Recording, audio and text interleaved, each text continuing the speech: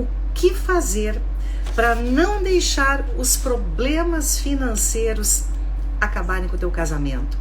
Será que a questão de grana, gente, interfere no casamento? Será que o fator dinheiro, ele traz problemas para um casal? Então, quais são as questões que realmente, né, na questão dos problemas financeiros, o que isso interfere nos casais? A primeira coisa, quando um casal inicia, gente, né, demora um pouquinho para o casal se adaptar e muitas vezes se dá conta que o pensamento, ele tem que mudar do individual para o coletivo. Casais que já vinham fazendo isso antes, ou por exemplo, que já treinavam isso no dia a dia, repartindo muitas vezes encargos, tipo, com coisas simples como uma janta, né? Ou quando combinavam algum passeio, alguma coisa, e um dizia, eu pago isso, você paga aquilo. E, enfim, quando eles já treinavam isso, muitas vezes fica mais fácil. Mas quando isso não acontecia e o casal passa por uma vida a dois, eles têm que poder pensar que eles vão ter que construir um orçamento familiar. E baseado não nos sonhos de um, não baseados no que interessa para um, mas baseados no objetivo da família. Baseados nos objetivos da família. E o que acontece é que muitas vezes o casal não planeja absolutamente nada, ele cai de paraquedas para o relacionamento. Falta planejamento financeiro. Muitas vezes falta até, gente, uma coisa chamada entendimento de fluxo de caixa. O que é isso? É a quantia de dinheiro que entra e a quantia de dinheiro que sai. Como vamos dividir esse dinheiro, né? Que regras financeiras vão ser seguidas? Como, por exemplo, quem vai pagar o quê? Como que vai ser distribuído esse dinheiro, né? O casal vai ter uma conta conjunta? Cada um vai ter duas contas, cada um ter a sua, e cada um vai ficar responsável por algumas contas? Ou quem ganha mais vai assumir todas as contas? E por que boas combinações e bons acordos são tão importantes, gente? Sabe por quê? Porque na maioria das vezes as brigas se dão por maus entendidos, por não conversarem a respeito e por não fazerem boas combinações. Sério, na grande maioria das vezes, os casais têm grandes dificuldades com as finanças porque eles não combinam as coisas. Outras vezes, eles até combinam, mas combinam por cima. Sabe por quê? Porque eles preferem não falar muito no assunto. Vocês não vão acreditar, mas falar de dinheiro muitas vezes é tão tabu como falar de sexo. Sério? Sério, tem gente que consegue falar de sexo numa boa, mas não consegue falar de dinheiro. Por exemplo, não consegue perguntar o quanto o outro ganha. Não consegue falar o quanto a pessoa ganha. Porque se sente constrangido. Se sente constrangido de perguntar, de falar a respeito. Porque muitas vezes na sua família de origem, o dinheiro já era um tabu. Muitas vezes, o casal, os pais, no caso, o casal dos pais, já não falavam, não comentavam sobre finanças com os filhos, e o dinheiro cresce como sendo uma coisa feia de se falar. Uma coisa que não deve se tocar, né? Quanto mais discutir. E assim, O casal às vezes vai fazendo as coisas a esmo, né? Meio que naturalmente, só que um naturalmente que se cada um fica confortável, tudo certo, tudo bem. Mas às vezes na questão do dinheiro e das finanças tem um outro problema, que são as emoções. Então muitos casais compram, gastam e se endividam totalmente por causa das emoções. Deixam que as emoções tomarem conta da situação dos gastos.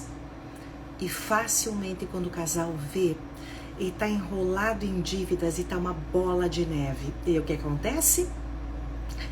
Acontece a terceirização das responsabilidades.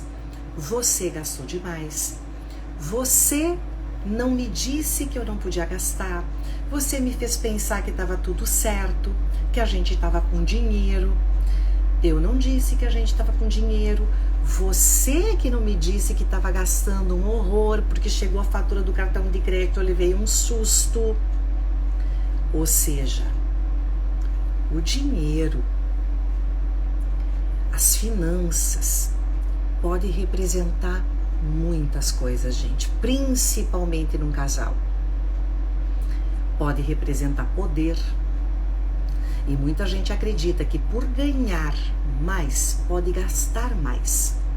Ou por ganhar mais, pode gastar com o que quer. E o outro parceiro tem que aceitar.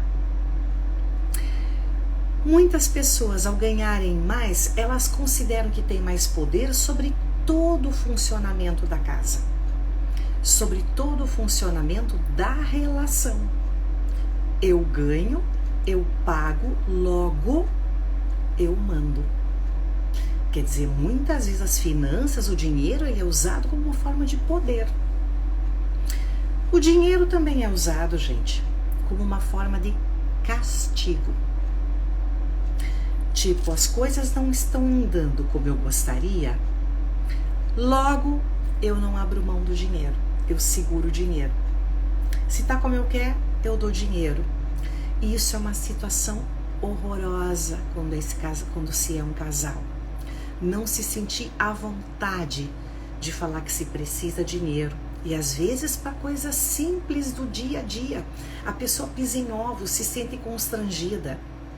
E por isso que dentro do possível, eu sou uma pessoa que sempre estimula as pessoas a não serem dependentes, tanto homens quanto mulheres, na relação da questão financeira.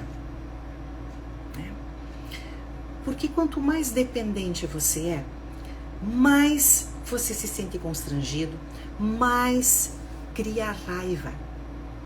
E cria raiva em quem depende, e cria muitas vezes raiva da pessoa que muitas vezes se sente sobrecarregada.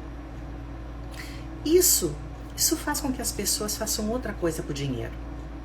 Além da questão do tabu, né, de tratar o dinheiro como tabu, muitas pessoas mentem a respeito do dinheiro. Mentem a respeito das contas, das dívidas e da falência financeira, e muitas vezes mentem do ganho financeiro. Muitas pessoas, quando começam a ganhar muito dinheiro, muitas começam a desviar do parceiro. Então, não conta o que o casal tem, desvia dinheiro.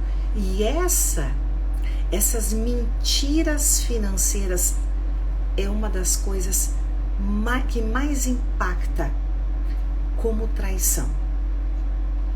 Às vezes, mais ainda do que a traição sexualizada ou afetiva, a traição financeira impacta muito. Quando a pessoa descobre, por exemplo, que o outro parceiro esconde dinheiro, que o outro parceiro desvia dinheiro, que coloca imóveis que adquire em nome de outros, isso dá muito sofrimento.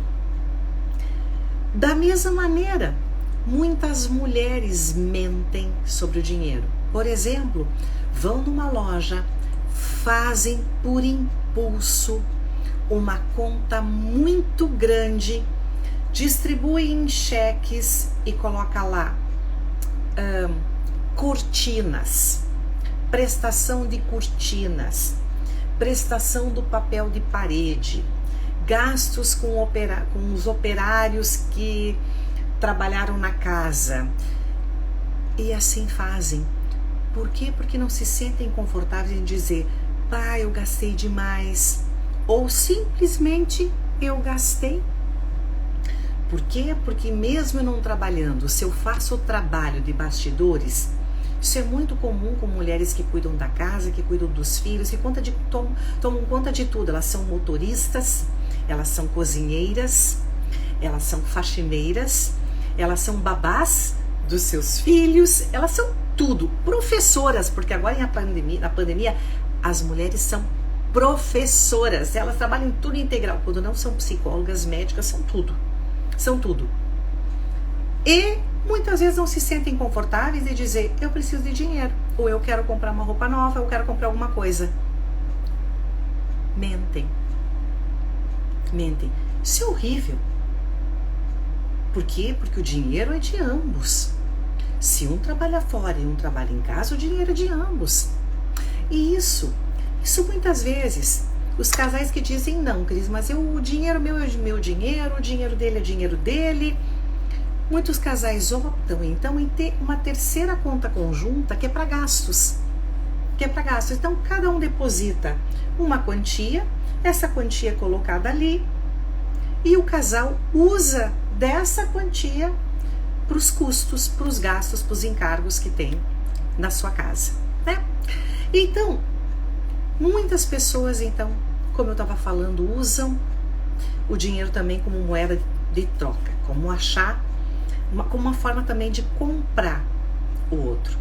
E tá assim, ó, gente, tá assim de gente usando as finanças como forma de não só comprar, como manter a pessoa do seu lado. E aí o dinheiro passa a significar o quê? Afeto. Se eu sou amada, você me banca, você me dá o que eu quero. Ou maridos que têm dificuldade afetiva que eu quero dizer de toque, de carinho, de usar as palavras, muitas vezes usam coisas. Aí as mulheres me dizem assim, Cris, ele usa o dinheiro para dizer que me ama, mas não é o que eu quero. E eu às vezes digo, mas é o que ele tem para poder te dar.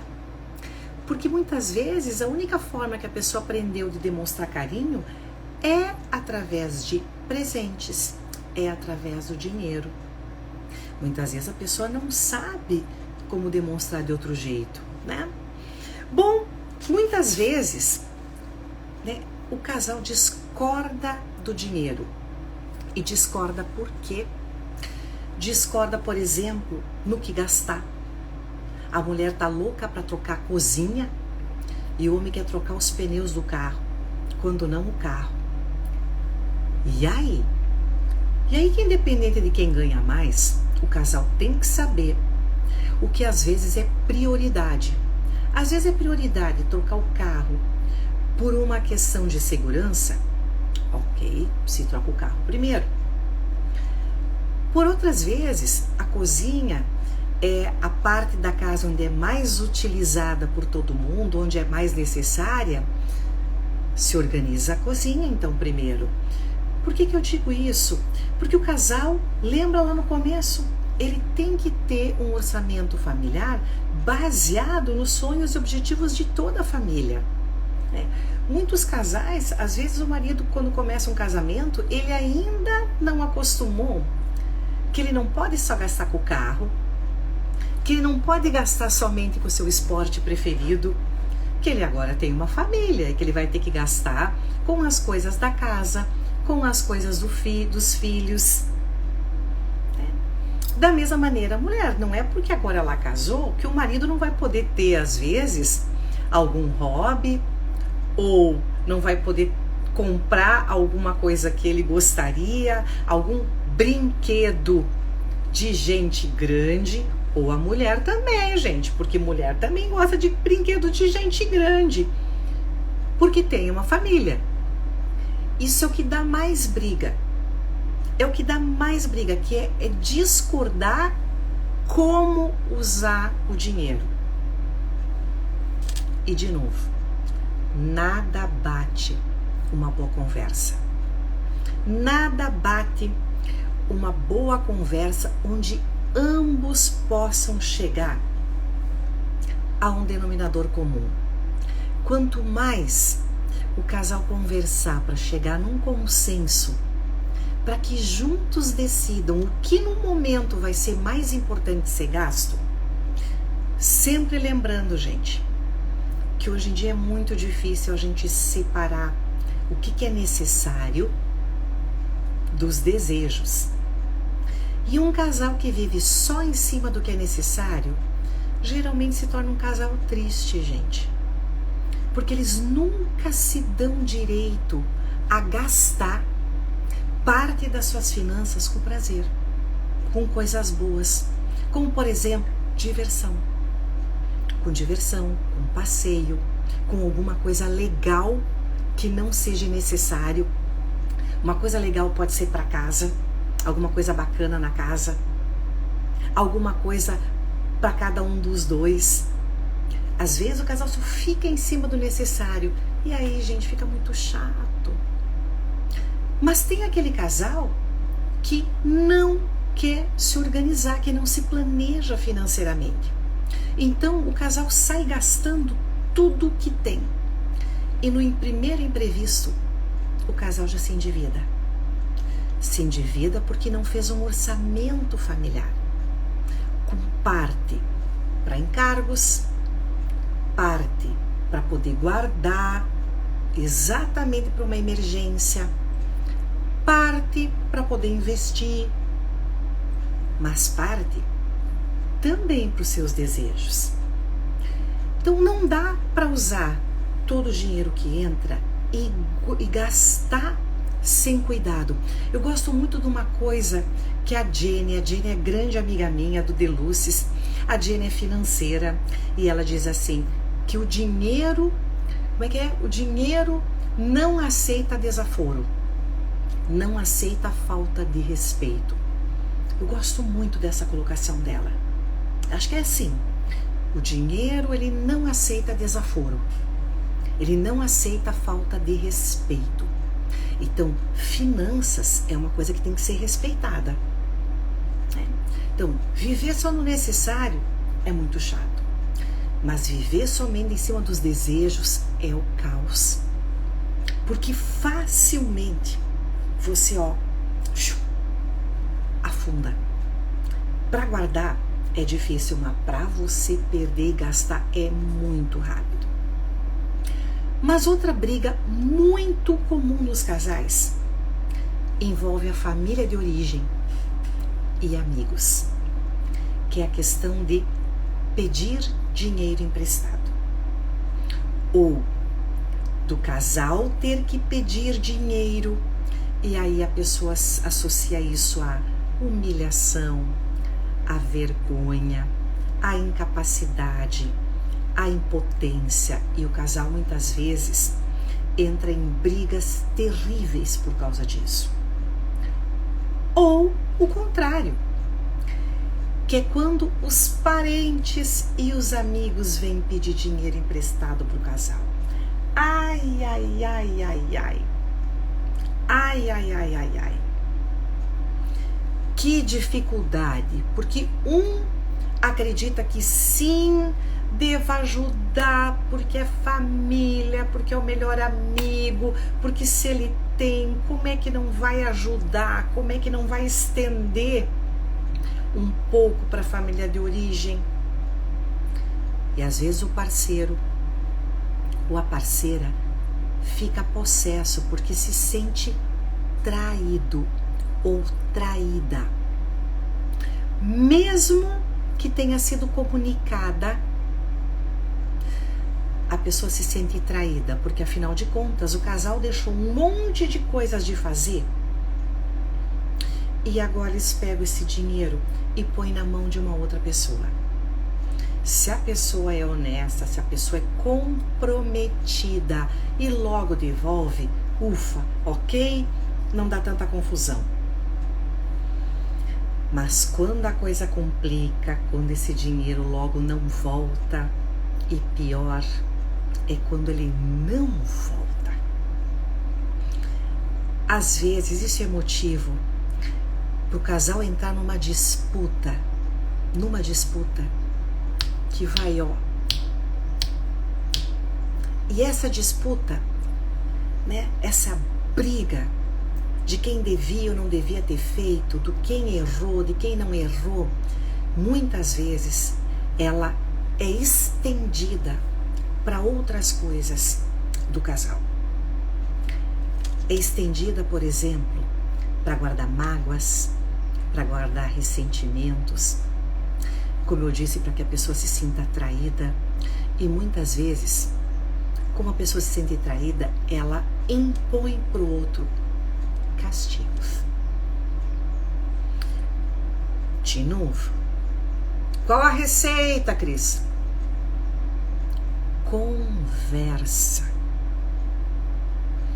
Uma comunicação honesta do que isso representa para vocês. Porque às vezes o casal não está brigando por causa do dinheiro. Não é o dinheiro, mas é o que ele está representando. Muitas vezes representa injustiça. A pessoa se sente injustiçada em o parceiro compartilhar com a família de origem ou com amigos, ou às vezes até com a própria família da pessoa. Eu já vi casais brigarem porque o parceiro, o companheiro, o marido emprestou para a família dela e ela se ofendeu. Quer dizer, não era nem uma briga por causa da família dele, porque ele emprestou para a família dela. Mas ela me listou, ela disse: Cris, nós deixamos de fazer férias, nós deixamos de viajar, nós deixamos de comprar coisas que eram importantes para nós e agora ele simplesmente pega e dá para o meu pai, que por sua vez torrou dinheiro, não cuidou, é um gastador compulsivo, não presta atenção nas suas despesas e assim por diante. Então, de novo, quanto mais um casal tiver planos, eu falei sobre isso, eu gravei hoje praticamente, acho que metade da manhã e metade da tarde eu gravei pro De Bem com Seu Amor, falando sobre planos, metas e objetivos em comum do casal e da família. Quanto mais as metas, o planejamento, né, os objetivos serem em comum, mais força o casal cria. Tanto para as conquistas, como também para a conquista financeira. Né? E veja bem, nem sempre o casal ele prospera e vive na riqueza.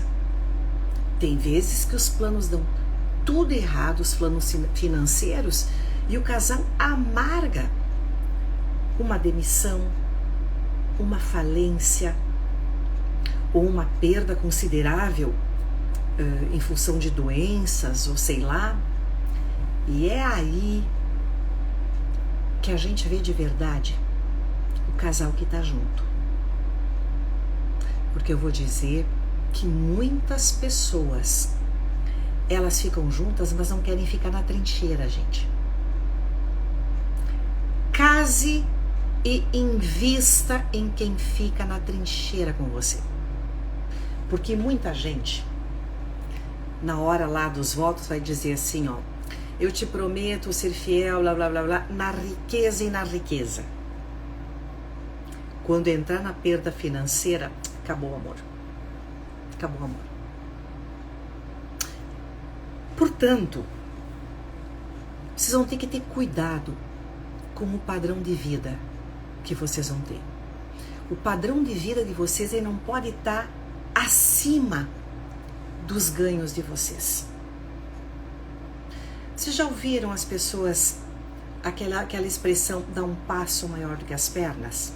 Bom, eu sou a favor que as pessoas deem um passo maior do que as pernas, desde que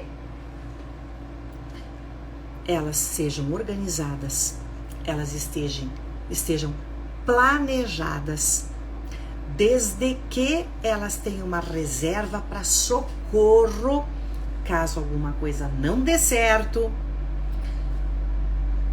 E principalmente, se elas colocarem molas nas pernas para desempenharem melhor, para poderem dar esse passo maior do que as pernas.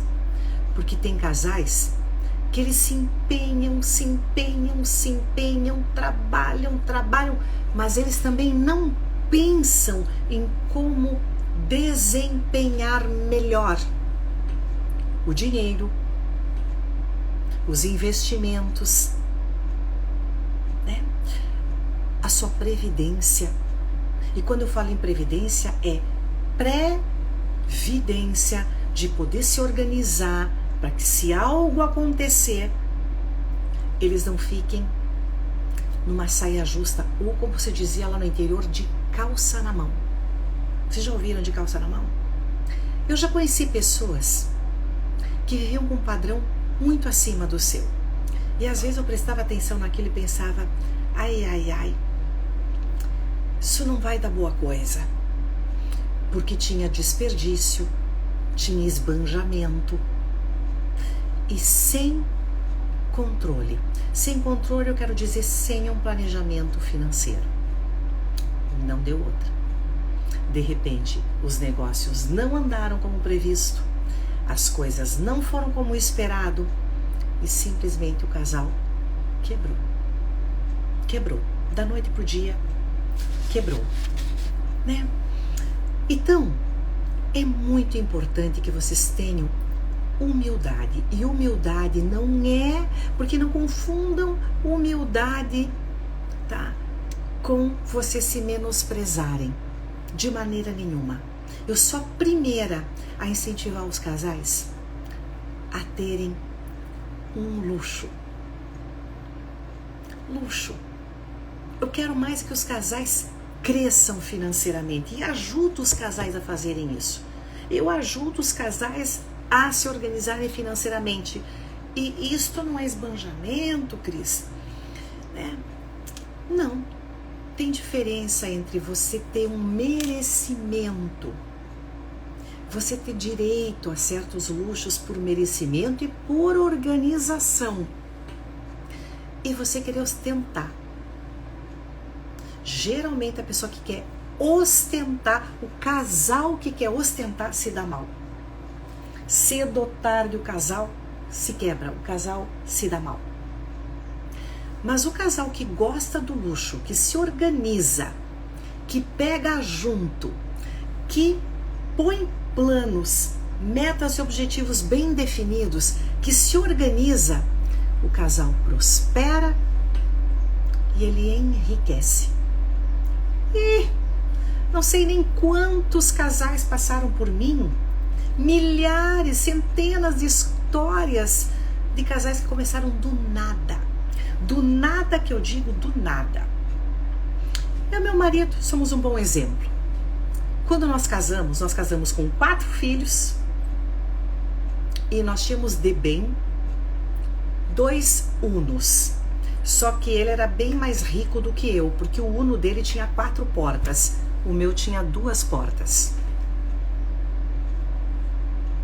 E nós começamos do zero, trabalhando unidos, organizados e com muita conversa, muitos ajustes, muitas vezes podendo conceder, né? É ceder, fazendo cessões, concessões, para que o outro fizesse as coisas mais do seu jeito. Muitas concessões o outro fez para que a família tivesse os seus sonhos conquistados, os seus objetivos conquistados, as necessidades supridas e os desejos realizados. Mas não tem mágica, não. Não tem mágica. Quanto mais conversa vocês tiverem, mais vocês vão evitar estouros futuros. E não estouros só na conta. Porque às vezes não estoura na conta, às vezes estoura no emocional, nas brigas incessantes do casal por causa de dinheiro. Por causa do dinheiro, não. Mas por causa do que o dinheiro está representando. Né? Pode representar afeto, pode representar poder, pode representar traição, pode representar bondade, porque bondade também é muito bacana quando um casal se une para socorrer alguém da família e se sentem bem com isso, não se sentem invadidos, não se sentem roubados. Também não falei das despesas com filhos, porque às vezes o casal não tem problema nenhum até ver os filhos, e aí começa as brigas com qual escola vão estudar, onde um acha importante gastar e o outro parceiro, o outro pai ou mãe acha que não deve ser gasto. Deve-se investir numa escola particular, deve-se pôr numa escola pública, deve-se pôr numa escola pública para poder gastar com outras coisas, o balé, o judô, sei lá. De novo, boas combinações. Boas combinações. E muitas vezes essas boas combinações são feitas com os próprios filhos. Poder incluir os filhos nas conversas de dinheiro não é dar um balanceamento, um balancete da casa. Não é isso, né? Filhos, aqui nós temos um balancete agora da nossa situação financeira, com gráficos, não é nada disso. Mas é importante os filhos também terem os pés no chão e os pai e a mãe poderem dizer, olha, agora é uma época difícil, os ganhos na empresa, os ganhos no nosso trabalho diminuiu, então vocês vão ter que segurar um pouquinho os gastos, agora não é hora de poder gastar. Ou de poder dizer, fiquem tranquilos, porque eu sei que muitas crianças agora na época da pandemia, né, ficaram muito ansiosas porque viam os pais falando de trabalho, da falta de trabalho. Eles diziam, a gente vai ficar sem comer? A gente vai ficar sem dinheiro? Dos pais poderem dizer, não é assim, não tá tão grave a situação, a gente só não vai poder fazer certas coisas, a gente vai diminuir um pouco os gastos e tudo bem. Então isso ajuda a pôr nossos filhos com os pés no chão. E de novo, se um filho disser, eu vou comprar uma Ferrari, não digam para ele, né, que ele pode comprar o melhor. Não deixe ele pensar que ele é o que ele não é, né? Os filhos da gente têm que ter os pés no chão e saber que às vezes tem pessoas que vão ter muito mais do que a gente, e tudo bem, isso não significa nada, só significa que a pessoa tem mais dinheiro do que a gente. Mas também não diga para ele que no futuro ele não vai poder ter, porque eu sempre fui uma sonhadora. Desde pequena eu fui uma sonhadora.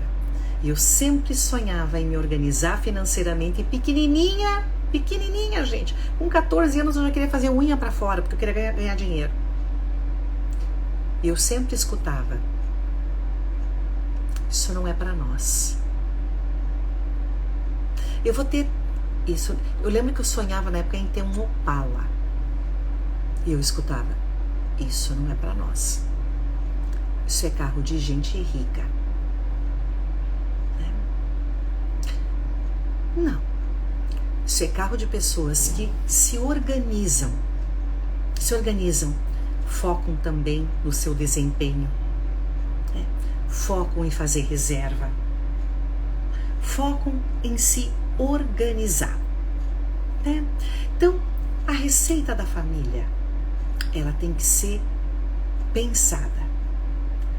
A receita é o que a família ganha. Ela deve ser pensada. Ela deve ser somada. Ela deve ser transparente para que as pessoas saibam com o que elas estão podendo lidar, com o que elas estão podendo contar, né? Contar. Assim como também deve ser posto limites. E algumas pessoas não têm limites, gente. Não tem limites, né? Um limite nos gastos, na verdade, de cada um. Claro que o limite não pode ser para uma única pessoa. O limite tem que ser para todos, né? Porque dessa forma, conversando sem tabu, né? Cuidando do padrão de vida, trazendo os filhos para que eles entendam também de finanças, vocês vão ver que com um bom planejamento, né? E um planejamento onde vocês tenham claro para que cada parte do dinheiro vai ser destinada, pensando de novo nos objetivos e nos sonhos de toda a família, não mentindo sobre dinheiro, não usando o dinheiro como moeda de troca, nem como poder para controle do outro, né? Podendo entender que muitas vezes o dinheiro é usado como afeto. E tudo bem, tem pessoas que não sabem fazer de outro jeito, né? Porque eu vejo muitos, principalmente os filhos, dizendo assim: ah, meu pai faz tudo, mas não me faz um carinho. Mas se o pai faz tudo por você, se o pai paga tudo para você, se o pai dá tudo para você, muitas vezes é o jeito que ele está tendo de dar carinho. Ele só não está sabendo fazer melhor, ou fazer como você gostaria, né? Então isso também é uma coisa importante, né? Então, o que é importante, né? É vocês terem claro que boas combinações evitam muito problema, e que o futuro vocês fazem agora. O futuro financeiro da vida de vocês é feita todos os dias, começando com agora. Então levem a sério, né? Levem a sério o que eu escutei da Jane, que disse que o dinheiro não leva a desaforo, né? Cuidem os gastos, cuidem o fluxo de caixa, para que vocês possam sempre estar no positivo. Porque fluxo de caixa não adianta só você ganhar mais, se você somente gasta mais. Fluxo de caixa tem que entrar mais do que sai. Entra mais dinheiro do que sai. E aí vocês vão conseguir estabilizar a vida de vocês. Esqueci de falar uma coisa importante. Uma coisa importante é você ser positivo em relação ao dinheiro. Você ser positivo em relação ao futuro e aos gastos, e aos ganhos de vocês. Mas tem que cuidar para não ser positivo demais. Porque quando você é positivo demais, facilmente você tira os pés do chão. Sabe, o otimismo, ele tem um viés preocupante às vezes. Às vezes a situação tá preta. Às vezes o casal tá em dificuldade. Mas eles ficam tanto na positividade, tanto num otimismo que cega, que o casal não põe o pé no chão. Isso é fundamental, é não viver no mundo do País das Maravilhas. Perfeito, Rony. É bem isso mesmo, sabe? A gente tendo os pés no chão. E veja bem, ter os pés no chão não é dizer pra gente: você não pode ter o que você quiser. Mas significa, para ter o que você quiser, você tem que se organizar. Você tem que pensar em estratégias. E isso é uma coisa importante. Quando um casal está em dificuldade financeira, ele geralmente busca culpados. E nessa hora, você não tem que buscar culpado. Você tem que procurar um plano de ajuda. Um plano de ação. Se não der entre vocês dois que eu digo é o casal, então busca um profissional da área. Profissional da área, eu quero dizer assim, ó, um contador. Eu já busquei. Você sabe que eu busquei uma vez um economista. Sério. Eu fiquei sabendo que tinha um economista que dava curso. Só que o curso aconteceu quando eu estava viajando. E eu perdi o tal do curso. E aí eu fui atrás do cidadão e disse para ele, olha, eu gostaria de fazer uma consulta contigo. E eu gostaria que tu me orientasse, porque eu não entendo nada de finanças.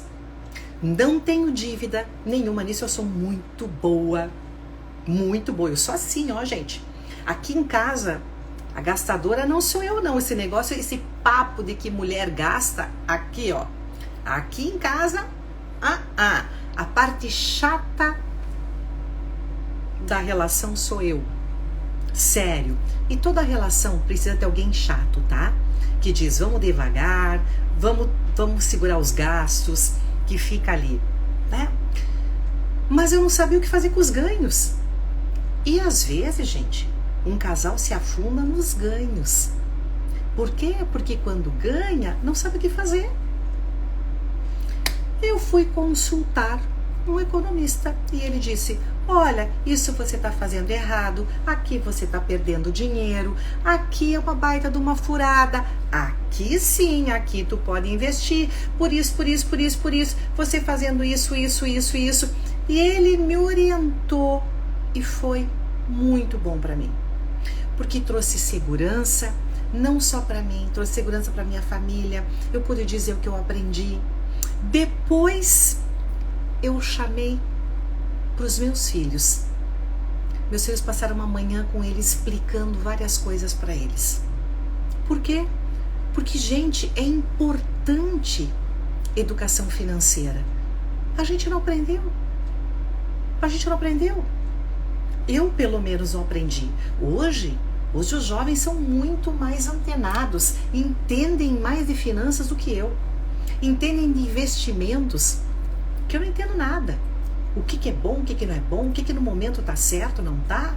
Quer dizer, procure ajuda. Mas antes de procurar ajuda, vocês dois como casal, vocês como família têm que ter um plano de ação. Ao invés de ficar criticando, culpando, se queixando um ao outro, jogando culpa para cá, culpa para lá, se juntem e digam, o que nós podemos ter de plano de ação?